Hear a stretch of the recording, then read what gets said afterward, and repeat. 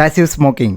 ನೀವು ಸಿಗರೆಟ್ನ ಸೇದೋದಿಲ್ವಾ, ಬಟ್ ನಿಮ್ಮ friend circle cigarette ಸೇದಬೇಕಾದ್ರೆ ನೀವು ಅವ್ರ ಜೊತೆ ಇದ್ದು ಅವರ ಹೊಗೆನ ತಗೊಂತಿದ್ದೆ ಅಂದ್ರೆ ಇದಕ್ಕೆ ಪ್ಯಾಸಿವ್ ಸ್ಮೋಕಿಂಗ್ ಅಂತ ಕರೀತಾರೆ. ಇವತ್ತು ಅದ್ರ ಬಗ್ಗೆ ಹೇಳ್ತೀನಿ ಕೇಳಿ. ನೀವೇನಾದ್ರೂ ಅವ್ರು ಬಿಡೋ ಹೊಗೆನ ತಗೊಂತಿದ್ದೆ ಅಂದ್ರೆ ಜಸ್ಟ್ 5 ಮಿನಿಟ್ಸ್ ಅಲ್ಲಿ ನಿಮ್ಮ ಆರ್ಟರೀಸ್ ಫ್ಲೆಕ್ಸಿಬಲ್ ಕಮ್ಮಿ ಆಗುತ್ತೆ. ಜಸ್ಟ್ ಲೈಕ್ ಅವ್ರು ಹೇಗೆ ಸ್ಮೋಕ್ ಮಾಡ್ತಾರೋ ಅದೇ ಸೇಮ್ ಎಫೆಕ್ಟ್. ಜಸ್ಟ್ ಲೈಕ್ ನೀವೇ ಸ್ಮೋಕ್ ಮಾಡಿರ್ತಾರ. ಮತ್ತೆ 20 ರಿಂದ 30 ನಿಮಿಷ ಆದ್ಮೇಲೆ ನಿಮ್ಮ ಬ್ಲಡ್ ಕ್ಲಾಟ್ ಆಗಕ್ಕೆ ಸ್ಟಾರ್ಟ್ ಆಗುತ್ತೆ. ನಿಮ್ಮ ಬ್ಲಡ್ ವೆಸಲ್ಸ್ ಅಲ್ಲಿ ಫ್ಯಾಟ್ ಡಿಪಾಸಿಟ್ ಆಗುತ್ತೆ. ಇದು ನಿಮಗೆ ಹಾರ್ಟ್ ಅಟ್ಯಾಕ್ ಮತ್ತೆ ಸ್ಟ್ರೋಕ್ಗೆ ಕಾರಣ ಆಗ್ಬೋದು. ಮತ್ತೆ 2 ಅವರ್ ಆದ್ಮೇಲೆ ನಿಮ್ಮ ಹಾರ್ಟ್ ಬೀಟು ಇರ್ರೆಗ್ಯುಲರ್ ಆಗುತ್ತೆ. ಮತ್ತೆ ಸೀರಿಯಸ್ ಕಾರ್ಡಿಯಾಕ್ ಪ್ರಾಬ್ಲಮ್ಸ್ ಕೂಡ ಆಗ್ಬೋದು. ತುಂಬಾ ದಿನದಿಂದ ಹೊಗೆ ತಗೊಂತಿದ್ದೆ ಅಂದ್ರೆ ನಿಮಗೆ COPD ಅಂದ್ರೆ ಕ್ರೋನಿಕ್ ಅಬ್ಸ್ಟ್ರಕ್ಟ್ ಪಲ್ಮನರಿ ಡಿಸೀಸ್ ಮತ್ತೆ ಅಸ್ತಮಾ ಕೂಡ ಆಗ್ಬೋದು. ಮತ್ತೆ cancer like lung, breast, brain ಮತ್ತೆ ಬ್ಲಾಡರ್ ಕ್ಯಾನ್ಸರ್ ಕೂಡ ಆಗ್ಬೋದು. ಬ್ಲಾಡರ್ ಮತ್ತು ಸ್ಟಮಕ್ ಕ್ಯಾನ್ಸರ್ ಕೂಡ ಇನ್ಕ್ರೀಸ್ ಆಗ್ಬೋದು.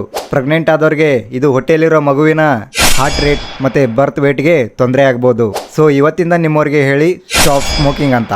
ಅವ್ರೇನಾದ್ರೂ ಕೇಳಿಲ್ಲ ಅಂದ್ರೆ ಅವರಿಂದ ಸ್ವಲ್ಪ ದೂರ ಇರಿ ಸ್ಮೋಕ್ ಮಾಡಬೇಕಾದ್ರೆ. ಇದೇ ತರ ಇನ್ನಷ್ಟು ವಿಡಿಯೋಸ್ಗಳಿಗಾಗಿ ಪ್ರವೀಣ್ ಪಿಜನ ಫಾಲೋ ಮಾಡಿ ಮತ್ತು ಸಬ್ಸ್ಕ್ರೈಬ್ ಮಾಡಿ.